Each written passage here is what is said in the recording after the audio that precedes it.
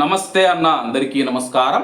కువైట్లో కొత్త ట్రాఫిక్ చట్టం అమల్లోకి వచ్చిన తర్వాత మొదటి తీర్పులో ఒక కువైటీ పౌరుడికి జైలు శిక్ష పడింది.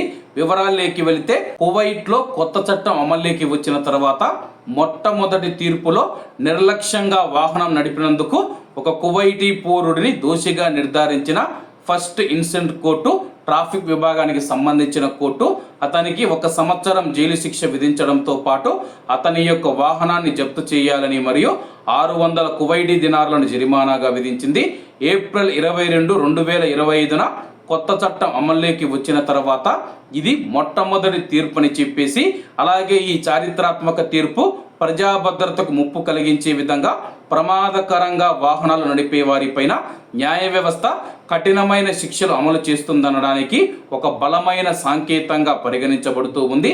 తీవ్రమైన ట్రాఫిక్ ఉల్లంఘనలకు జైలు శిక్ష, భారీ జరిమానాలు, వాహనాలు జప్తు వంటి శిక్షలు ఇప్పుడు అందుబాటులో ఉండడంతో ఈ తీర్పు రహదారి భద్రత అమలులో ఒక కొత్త శకానికి నాంది పలికిందని చెప్పేసి న్యాయ ట్రాఫిక్ నిపుణులు తెలిపారు.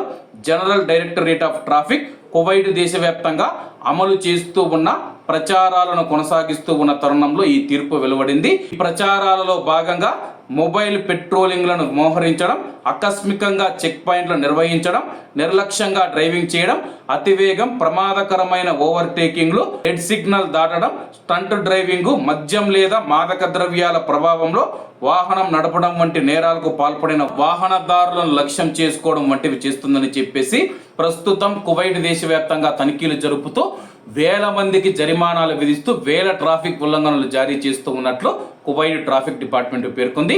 తాజాగా కువైటీ పౌరుడికి సంవత్సరం జైలు శిక్ష, 600 దినార్ల జరిమానా, తన యొక్క వాహనాన్ని జప్తు చేశారు. కాబట్టి అందరూ బాగుండాలి, అందులో మనం ఉండాలి. అందరికీ నమస్తే అన్న, జై హింద్.